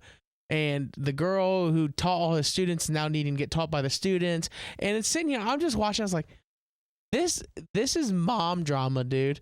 Like, this is just mom drama, and I'm into it, and it's a problem. I don't know why. I like it so much. You're into mom drama, dude. But like, I just do. I like sitting there and I'm just like, why is this getting me? I want to hit next. I want to watch the next episode. I just want to watch the next episode. I want to watch the next, and I don't know why. I don't know why I'm into it. It kind of worries me a little bit. Should I be mom worried? drama. So should I go watch All My Days of My Life? All My Days of My All Life. My days. Is that what it was called? Days of Our Lives. Days of Our Lives. My What I was mom used to thinking- watch that growing up. Bro, yeah, it's a mom drama. If you ever stayed home from school and you came upstairs at the wrong time, you see your mom like folding laundry, watching a soap opera, and you're like, "Is this what you do all day?" Like Yeah. that's what happened to me. When I'd be home like sick from school, like she'd be like that would be on the background, or when we're getting ready or something in the morning. Oh my like, gosh, this is reminding me. You know Stephen A. Smith. Yeah, I know Stephen A. Smith. You know Stephen A. Smith. Yeah. Yep. Have you seen where Stephen A. Smith has been on multiple soap operas? Shut up. Like as a recurring character. What? Like dead serious, like in the scene. He's an actor. And does he actually like act the role, or does he act like himself? Oh, he acts a role. Shut I mean, he only has so much up. range, but yeah, no. That's pretty cool. It's actually amazing. What do you give me an example? Do you know which one? Which one? Can I just Google Stephen you A. just soap have opera? to Google it. Just look up Stephen A. Smith, like General Hospital, All My Children. Like he's in there. He loves soap operas.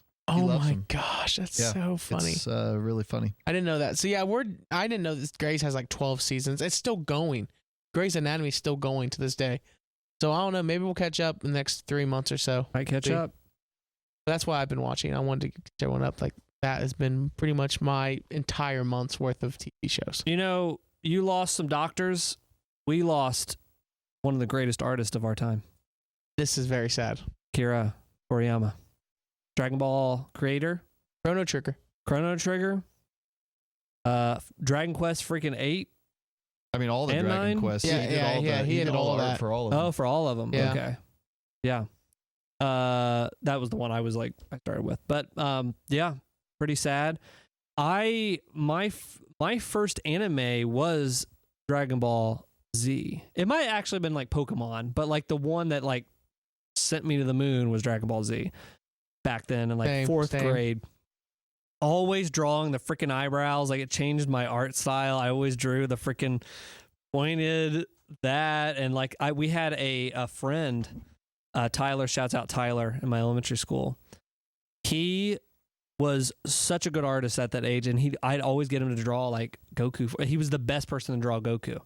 Like he was the best in the school, and it's like, oh, like he knew how to draw. You got the people who drew the S's. I think that was inspired by some of that. Yeah. In my opinion, I think I would always trace Goku. I would always trace the legendary moment of when Goku turned Super Saiyan against Frieza. Yeah, That was something I would always trace. So loved watching Toonami growing up and Dragon Ball Z. So really set me on that dark path of watching all this anime that I do to this day. Like, Yeah. set me down dark and good path. He's a legend. I didn't watch. I watched a little bit of Dragon Ball Z as a kid, Yeah. but not like I couldn't even tell you like a single story arc or anything. But I've been watching Dragon Ball, the original, and just finished the tournament arc. Dude, that's And, awesome. It was awesome. I mean, I feel like that really set the template for a lot of animes. Like we were watching Yu-Gi-Oh before that. Yep. With Battle City and with all that. And so when we watched Dragon Ball and they did like the tournament arc, it's like 12 episodes and there's like a whole, bracket. They're moving up. I told my wife, I was like, we were watching Yu-Gi-Oh, like that this all kind of started here. Yep. I think that Dragon Ball was like one of the first mangas that really set that Yeah. shonen template, and if not the first, Yeah. with JoJo's. Everybody forgets JoJo's was kind of a contemporary to all that. And yeah, I think it's really fun. I really like Dragon Ball as a show starts to come into its own. I feel like with that arc. What do you think about Jackie Chung? Jackie Chun was so funny. Do you remember this? No. So Master Roshi is Master Roshi. And the kids, Krillin and Goku, find out about this tournament. They're like, we want to fight. He's like, okay, I'll take you. Roshi's been a champion of this tournament before. Well, and I don't know if they really say that or not, but Master Roshi's famous. When they get to the tournament, Master Roshi's like, I have to go to the bathroom. You boys go ahead to the qualifying round. And then, like later in the episode, a guy with hair but the same face and a Fu Manchu of Master Roshi comes out in robes, and he says his name's Jackie Chun. And he is exactly like Master Roshi, and they fight all the way to the end, and it's like Krillin and Goku and like another guy and Master Roshi, but it's Jackie Chun, and they're like not revealing that it's it's Master Roshi, but it's very clearly him. But then Yamcha's like, this guy's really good, because he beats Yamcha. He's like, this guy's really good, and I haven't seen Master Roshi in a while. Starts to connect dots. But wait, he goes, and then he just goes, I wish I was smarter. And I was like, dude, that's hilarious. But yeah, man. the tournament arc ends, and Jackie Chun wins. Jackie Chun. So yeah. Nice. Speaking of Akira Toriyama, his other manga or show or whatever, Sandland, Yeah. is less I didn't known. know what this was until they showed the new game they're making. Yeah, they're but making I a guess new game. I guess the anime is out. The anime dropped 2 days ago, and the demo for the game dropped 2 days ago. And I've been in a Dragon Ball mood. Yeah. And I saw in Sandland, like they drive the cars like Bulma's car in Dragon Ball. Yep. So I downloaded the demo. I was like, let's just check this out. I might be into this. And this is borderline a tech demo. Like, this is not a fully, like, you just are in the desert and there's just enemies around, and like they're like, here's how you drive a tank, and here's a button to pull up a tank, and you jump in the tank and then you shoot the enemies. Yeah, so there's no really thought out There is thing nothing going on here. I did find a house in the desert, and this guy was like, remember when you helped that boy get that water? Like your buddy with you. And I was like, thanks. What else can you do that? I did see the funniest comment when this got revealed at recent E3 or something over this past summer. When they first revealed it, the comments were cracking me up, like kind of tearing this game apart. But one of them said like, "Oh boy, can't wait to go play in the desert." Like, it was so like sarcastic. Oh boy, can't wait to play in the desert. So for me, I was kind of interested in this game. The gameplay was fun enough, but I've heard the anime is pretty fun. But I guess there's the first 6 episodes covered the entirety of the manga. Wow. And then there's more episodes, so it's like new stuff. That's weird. So That's a I don't weird know. decision. People were like, "Hey, the first 6 are very, very good because it's that original thing. We don't know what's going to happen after that." But I would just say the reviews would have to be coming out like, "This is awesome." That demo didn't even scratch the surface for me to be reinterested. But so it's kind of not what you want a demo to do. But I was actually interested in the game. Last thing that Toriyama worked on might have been this. So yeah, he saved something for last. yeah, maybe he didn't finish it. Well, I mean, it's that, and Super hasn't finished yet either. Oh, So they're still like up in the air with Super, which is really, really sad to think about. It's just, I don't know. All the but way isn't around. he on? I know he's on that road. Remember in Dragon Ball Z when like Goku went to Snake Way? he went on Snake Way. Oh. You talking about Toriyama? Yeah, Oh, so he's going to make his way to King Kai. Well, he's got to make his way to King Kai. Yeah. Oh, okay. Speaking of wandering aimlessly in the desert, I saw Dune 2. Ah, Did you another get the popcorn desert bucket? thing. Did you get the bucket? Did you I get Did you did not get the bucket? Why no. didn't you get the bucket? I get the same thing. I get a large regular popcorn and a large lime Coke Lime Coke. Huh? I went and got the bucket, and M&Ms. extra butter, and I walked out of the theater. I wasn't even there to see the movie. Did you put the M&Ms in the popcorn? I do that sometimes. You do I that? kind of just put it in my hand and I can't believe. Did you even ask about the bucket?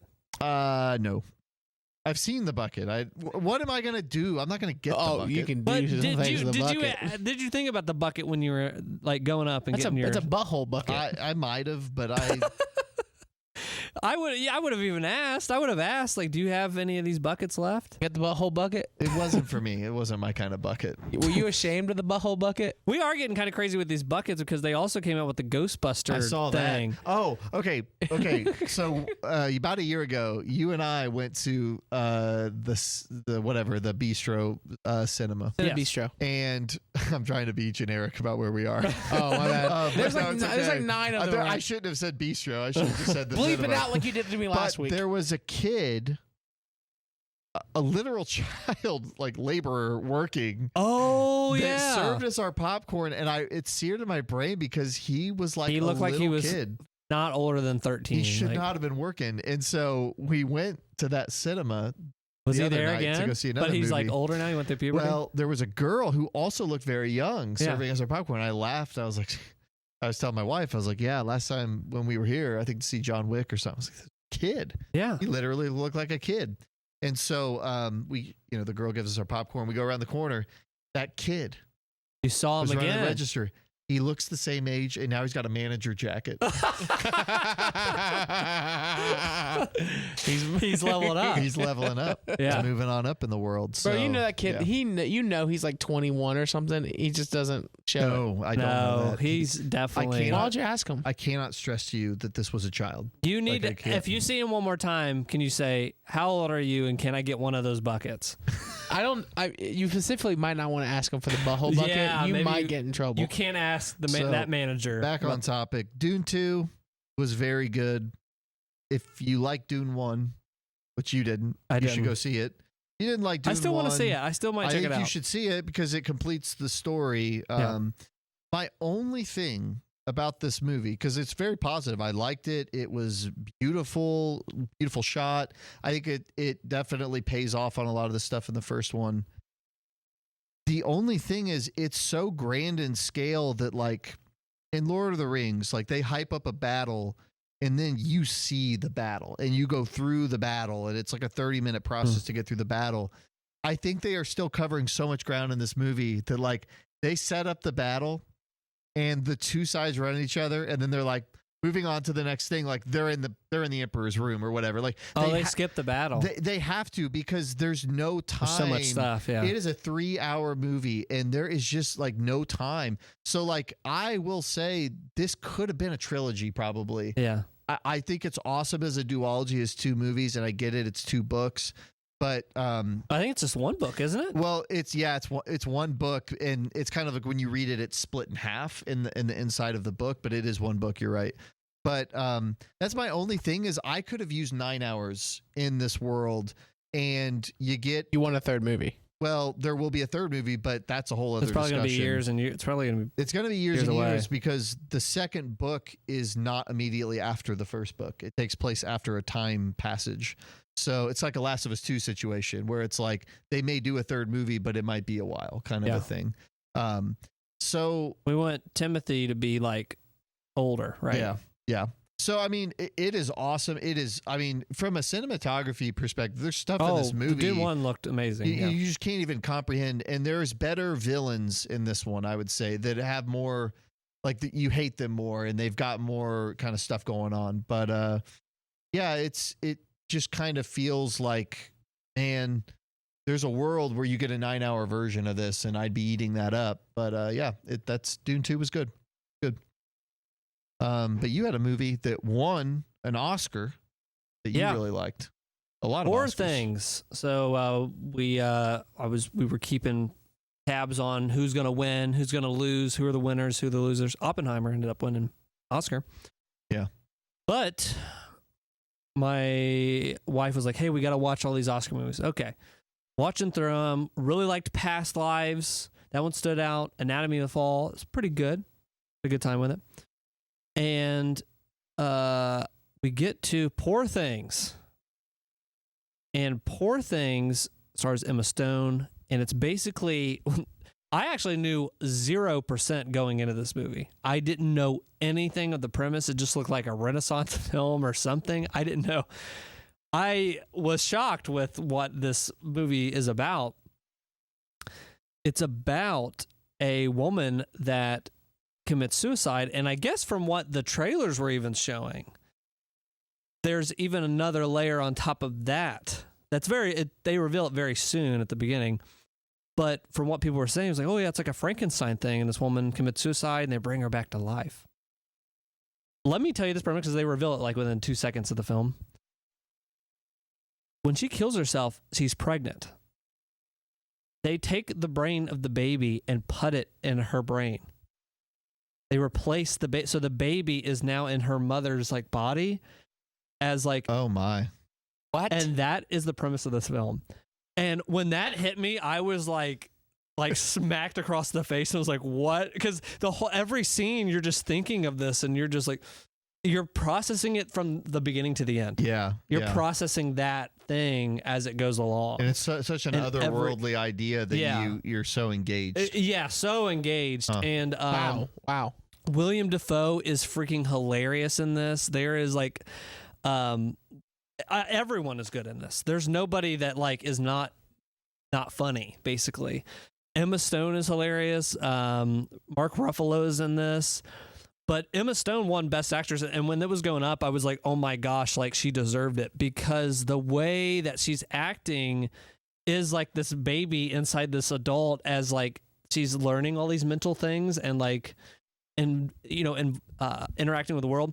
This movie was right up my alley. I adored this film. I actually take back my best of 2023, and this is my favorite film of 2023. And I actually rethought a lot of it. I think Oppenheimer would be my second, like as I've sat on it, and then Killers of the Flower Moon would be third. But this is my favorite film of 2023. Absolutely, from beginning to end, I adored it. It has all the mix of things I love. Cinematography is great. The music is incredible because it's so otherworldly and weird. It's like it's kind of like Breath of the Wild, like little musical farts. Little musical farts. They fart out these little musical farts. But it all fits, and it all like feels like you're in that world. The acting is so freaking hilarious. It has philosophical stuff going on. It's very funny. I love that blend of stuff. Like I just have to have that blend, and this film just hit it out of the park for me. That's awesome. I adored Poor Things, so that is a 5 out of 5 for me. I want to go back and watch it, because that is a wild premise. Yeah, and for me, and you're just thinking about it, and they play with that premise so fun, and it's funny, and it doesn't. I'm trying to imagine her. It doesn't sniff its fart at all, because it's funny, and then it's cool, and it's funny. Well, I was just in the office today, and thought-provoking. one of my friends, she had her kid with her, and I was just like, her kid just points at you. It just points at you, and I was just like, I always point back, and like we'll do the ET thing, and the kid will laugh, and I'm trying to imagine Emma Stone as an adult. doing things that a baby does. Yeah, I don't know that she's just doing stuff babies do. I gotta be honest with it's you. just it's a. Is that what it not is? Well, I mean, there's a lot of sex in this film. There's a lot of sex in this what? movie. But she's a baby. But that's where the Uki feeling, or also just they they play with more of like experiencing life. It's about commentary on like women and culture and society. It's just a lot of stuff. It's a lot of stuff. You lost me. Packed into one, but you get a lot with this movie. Dan Snyder must have done something to that one. Because that's wild to me. Like what? He Like, did produce it. Oh, no, I'm just kidding. That's crazy. I think what looks really intriguing about it is we talk about this with some of like Nolan's like Tenet or Hideo Kojima, Death Stranding. That movie has a singular kind of a aesthetic. Yeah. Like it's not like any other specific thing I've seen before. Very wild. Yeah, it's very out there. Like it's not Tim Burton, but like that's maybe the closest thing, but it's less dark. It's more wondrous than that. And when the sense of humor in this film, like there's a little funny acting, but there are like funny fights. Like there was that plus the cinematography. I couldn't catch my breath because of the combination was so funny between how they were shooting this. Like they were going to like wide angle, like extreme wide angle, and then like the fight was going and the music, and I was like, this is a mess, and I was loving it. Like it is an absolute just ride from beginning to end, but I loved it from beginning to end. So. Poor Things. Definitely check out Poor Things. I watched a documentary. Actually, Kenny and I watched a documentary. He was at my house the other day, and we just I wanted to show him something because he didn't believe me how crazy Andre the Giant's life was. Have you guys ever watched the story of Andre the Giant? Like the guy. Yeah, I know who he is. When did he die? It was he died. He died kind of. I want to say the late 80s or. Do you know how old he was? Like he wasn't that old. He was not that old. His body, Princess Bride, right? Yeah, Princess Bride. He had the heart disease where basically his heart and his organs kept growing, but his body was tapped out. He was like 7'6". Gosh, he was huge. He was huge. But he was like 300 something pounds as well. So Andre the Giant, born in France, it was an insane thing. At the age of 16, he was like 7 foot something, 200 something pounds, and he became a freak of nature in wrestling because people started paying money because they're like, you have a giant? Like, I want to see this giant. So when America heard about him, he found out how much money he could make in America because he lived in like a really poor area of France. He got on a plane, he flew out, and next thing you notice, back in old school wrestling, what they did was it was kind of like trading people. And the only way you were popular across all of America is if you were one day in Tennessee wrestling for the Tennessee Federation, and then you drove to Florida and wrestled for a few weeks in the Florida Federation, and you'd have to jump from territory to territory. This was called the golden age of wrestling, the territory wrestling. So Andre the Giant was basically being brokered out all throughout America because people were like, well, you have the giant? Well, when can I get the giant? And so they were all arguing about how they can get him because they only wanted him for a few weeks. If he stayed too long, he wasn't going to be a moneymaker. Yeah. But whenever he came back, he was the man. Yeah. It was like a limited time offer. So Andre was just chilling. He was just traveling. So he'd end up in Rhode Island, and then he'd be in Ohio, and then he'd be in Texas, and he would just spend his entire early part of his career just traveling for each thing, making a ton of money, making the people a lot of money, and everyone's like, Andre the Giant's the coolest person ever. And what ends up happening is you start to find out like how quickly he grew, because it got to the point where he's like, oh, he's over 400 pounds. He is now at the point where he needs 3 plane seats in order to take a plane. There was cars he couldn't fit in. I've heard about that. He was a problem to move. Yeah, like he could not. He was too big. It got really, really hard. And the stories of his drinking came out. So that guy, on average, he drinks anywhere from 30 to 50 beers a night. Oh my Lord. So, and like, oh my God. They would show in the documentary, they show the size of his hand. That's a Tuesday night for me. But they would show the size of his hand holding a beer can, and it would be like, I can't describe cups, it. Yeah. I really wish like you should look at the picture because it's insane how big his hand was. And he'd go on these talk shows and he'd make jokes. Yeah, at one point he was on what's the really famous one that was famous for everyone else? The Night Show. I don't know what it's called. David Letterman. Yes, and he really reached over and he grabbed David Letterman's head and covered his entire head with the palm of his face. Oh my God. So he just was like, he became this major pulp icon. That's when Hollywood came calling. Yeah. All this stuff. So I talked about all this, and then we reached the part where you find out once again Vince McMahon's a dirtbag. Like it always goes back to Vince. It always goes back to Vince because Vince bought out all the territories, and then he bought out Andre the Giant. Yeah. And Andre was needing like knee surgery. Yeah. Like Andre couldn't walk. But Vince was like, you have to make me money right now. I need you. Like you're my guy. Yeah.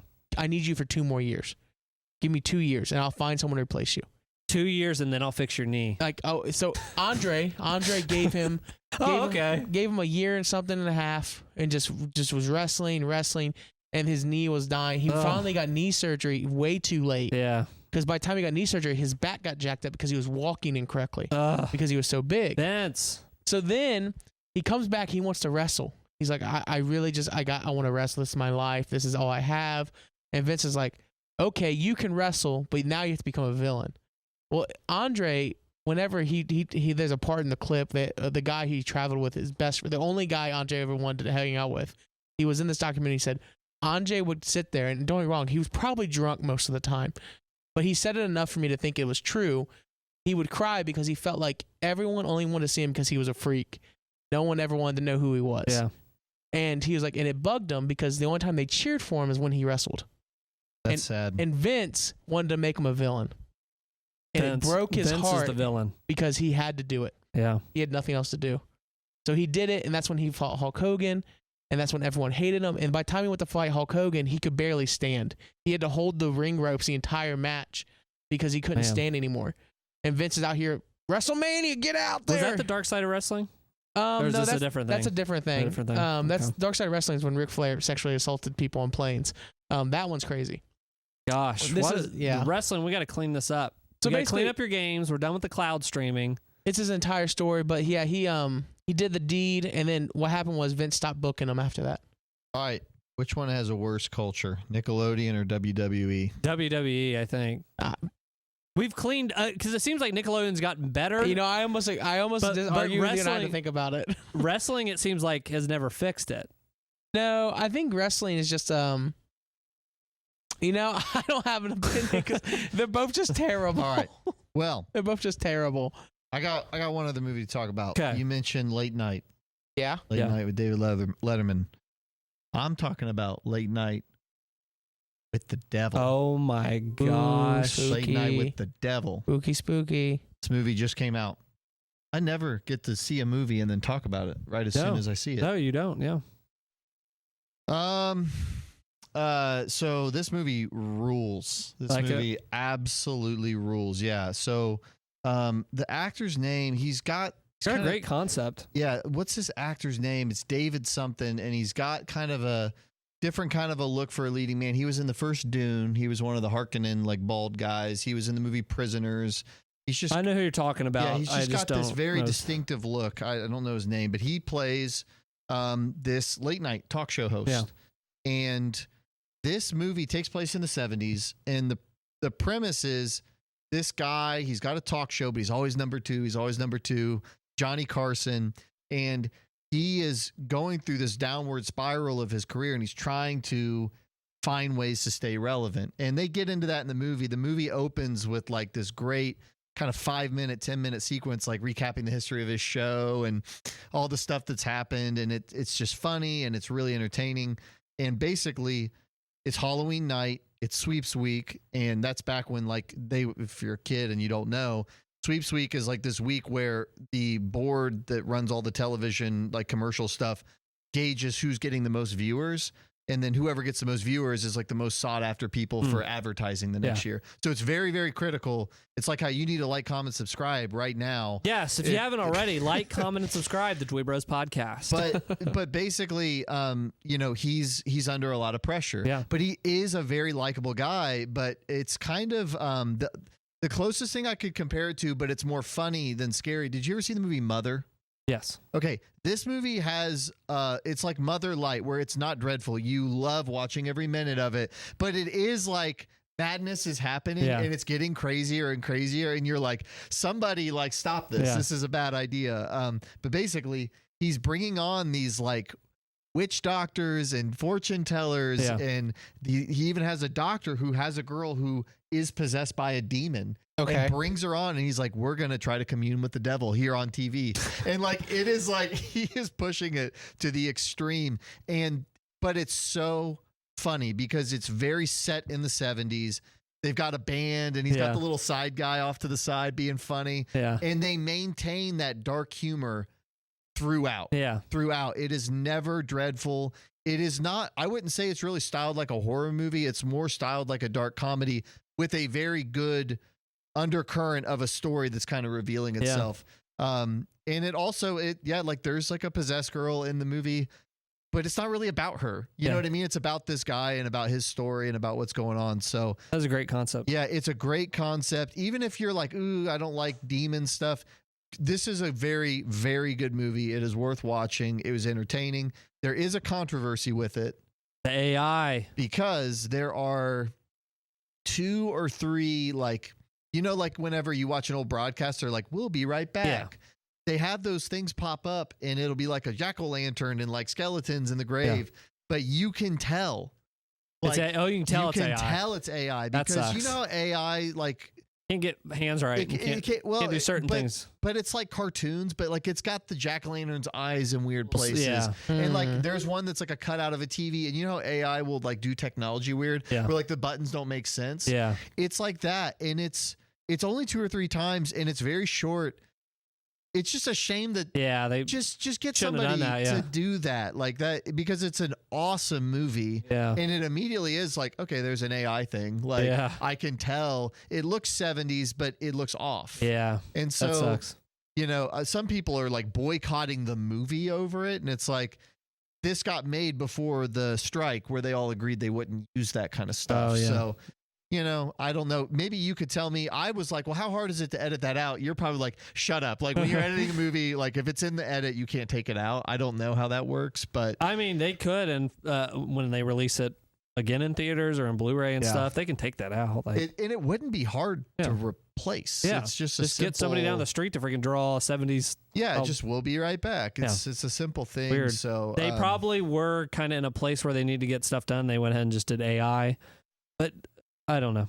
Yeah, it's such a creative movie. It's such a good premise. It is. I will also say this movie is 90 minutes. It is paced fantastically. That's awesome. They do not waste your time at all. It does not drag. It's paced honestly like there's like a little intro, and then it's paced like an hour television program. And then when they go to break, they have behind the scenes footage in black and white of them like, but it's like, hey, it's a 2-minute break. So there's a lot happening really fast, almost like The Office, like not funny like that, but they're like following the guy, and then they're following this. And there are things that will make your skin crawl a little bit in terms of like reveals and stuff like that, where you go, ooh, I just got shivers. Yeah. But there's 0 jump scares. They are not intending to scare you in terms of like get you in a frenzy. Like this is not Hereditary or something like that. Just a really good, well-made movie. Cool. So, yeah. Late Night with the Devil.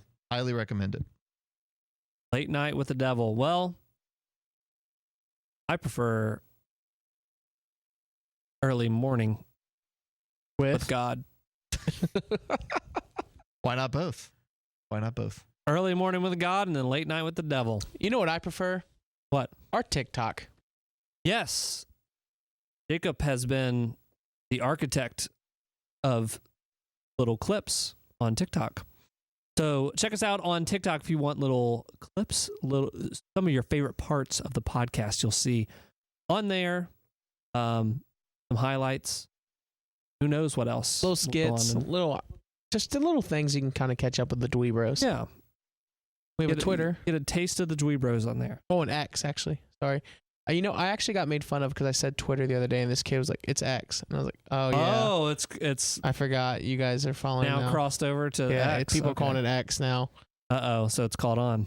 It has caught on, unfortunately. All right, check us out on X, DweeBros on X or TikTok, and wherever you can do this on YouTube. You already know where it's at. Like, comment, and subscribe. think that's it. We'll be back next month if I survive fatherhood. I think you should do great. I think it's gonna go great. Depends if your cloud streaming works. Yeah, if the clouds, that's kind of the big worry. That is a big worry. Like the baby's gonna be coming, you're gonna be like, it's not buffering, it's not working. We did have to get. My wife said we have to like build a hospital bag out, and I came in with the hospital bag with like a plastic bag with like some underwear and socks on it, and I laid it in there, and she was like, "Oh yeah, go get the other stuff," and I was like, "I'm ready, go." And that's when I started working on the cloud streaming stuff. She's like, "You need to like." You know, in those rooms, there's like a room that's made for the dad, like not a room, but like the chair, and you're gonna have to stay in that dad chair. Hey, I think podcast special. We'll just be at the hospital with you. Bring it up. Yeah. Good. I also, I'm so like, maybe like Grey's Anatomy. I don't know any, like, kind of like the first time you play Breath of the Wild and you don't know anything about anything. It's kind of how I'm going into this. Have you read any books? Nothing. But listen to this. Okay, we'll end on this. What's the most unethical thing you did with parenting? No, I'm just joking. I don't know yet. But with my wife sent me this video and she was like, "Hey, this is where we're gonna go. Like we're trying to go if it's good or whatever. Might won out earlier. We don't know." But there was a video of like we're going, and went crazy. But she sent me this video and it was on their website, and I start just scrubbing through. I don't have the volume on, and I see this like big jacuzzi thing. And I told her later, I was like, "Oh yeah, I watched that thing," or she sent it to my mom and they were talking, and I was like, "Yeah," and I was like, "How do we get the room with the jacuzzi? That'd be fun to like stay in." And she just started cackling, laughing. She was like, "That's for like water births." Water births if they want to do like natural birth like that. Yeah. And I was like, "Whatever, give me the jacuzzi room." So like, I want the jets. Imagine if we did a podcast from the jacuzzi. jacuzzi. The jacuzzi cast. The jacuzzi cast is some of my favorite casts. So. I'll talk to my wife about it. We'll see. Really hard when I pulled up that episode. She's like, Why is there 7 guys in a jacuzzi with you guys talking? Those are some of my favorite podcasts we've ever did. That's just something we did. And she's like, but why? Yeah. Oh, there's the pool. There's multiple pool podcasts. The pool cast or something. Got to do those. Oh no, I don't want to tell a story on here, dude. There's some funny moments in the jacuzzis and pools. You'll have to stay tuned. But until then, I'll let you know if we do the jacuzzi. If you see the next episode and you hit play, you might see us all in the jacuzzi together. You don't know. That'd be a wild experience. Yeah. But I think that's all we got. That's all we got. Thank you guys for watching. Like, comment, and subscribe. And we'll see you next month. Next month, ladies and gentlemen. We'll see you then. Take it easy. Peace out.